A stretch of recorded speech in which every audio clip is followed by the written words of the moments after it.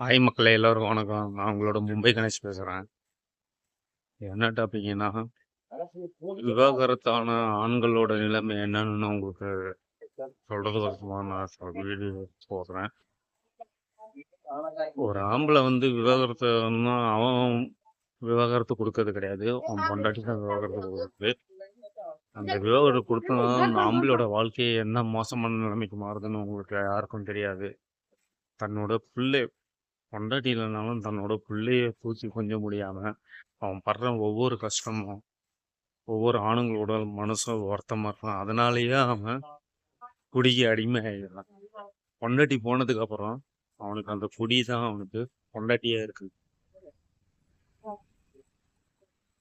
குடிச்சு குடிச்சு அவன் வாழ்க்கைய உழைச்சிக்கலாம். அவன் பிள்ளைய பார்க்க முடியாத ஏக்கத்திலேயே அவன் வாழ்க்கைய தொலைச்சிடறான். இதுதாங்க உண்மை. ஒவ்வொரு விவாகரத்தான ஆணுங்கள்கிட்டையும் கேட்ட ஒரே ஒரு வார்த்தை அவன் சொல்றது பார்த்தீங்கன்னா, தன்னோட பிள்ளைய கொஞ்சம் முடியாதுன்னு சொல்றான். ஏங்க, விவாகரத்து ஆயிடுச்சுன்னா அவன் ரத்தத்தில் உருவான பிள்ளைய அவன் தூக்கி கொஞ்சக்கூடாதுன்னு சட்டம் சொல்லுது. அது என்னங்க இது? தப்பு இல்லைங்க அது. ஆ? கஷ்டப்பட்டு ஒரு வருஷம் பொண்டாட்டிக்கு குங்குமப்பூவு அது இது வாங்கி கொடுத்து அவன் சேர்க்க வச்சுருப்பான். உடனே 10 மாதம் பெற்ற அம்மா கிட்ட தான் பொண்ணு கொடுக்கணும், அப்பா கிட்ட இருக்கக்கூடாது. அப்பா கிட்ட இருந்தால் அது வளராது. யாருங்க யாருங்க சொன்னது இது? நான் கேட்குறேன் உங்களுக்கு கொஸ்டின். தப்பு இல்லைங்க அது. குழந்தை கோர்ட்டுக்கு போய் குழந்தைய பார்க்க கொஞ்சம் போனால் கோர்ட்டு சொன்னால் தான் குழந்தைய கொஞ்சணும்னு சொல்கிறது அதெல்லாம் தப்புங்க. உங்கள் 2 பேருக்கு தானே பெற்றாங்க குழந்தைய, வேற யாருக்கு பெற்றாங்க சொல்லுங்கள். இதெல்லாம் தப்பு தானுங்க. நீங்களே சொல்லுங்கள். மனசாட்சி உள்ள ஒவ்வொரு பெண்களும் அவங்க மனசாட்சி இருந்தால் அந்த மனசாட்சி தொட்டு சொல்லுங்க.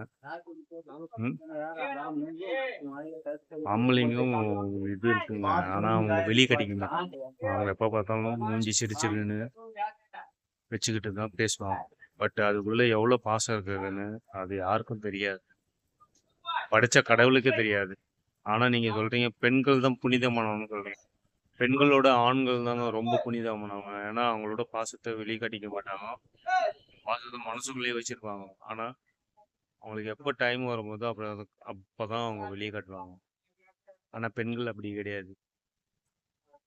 பிள்ளைக்கு இட்லி வாங்கி கொடுக்கணும்னா போலீஸ் ஸ்டேஷனில் போய் கம்ப்ளைண்ட் கொடுக்குறது.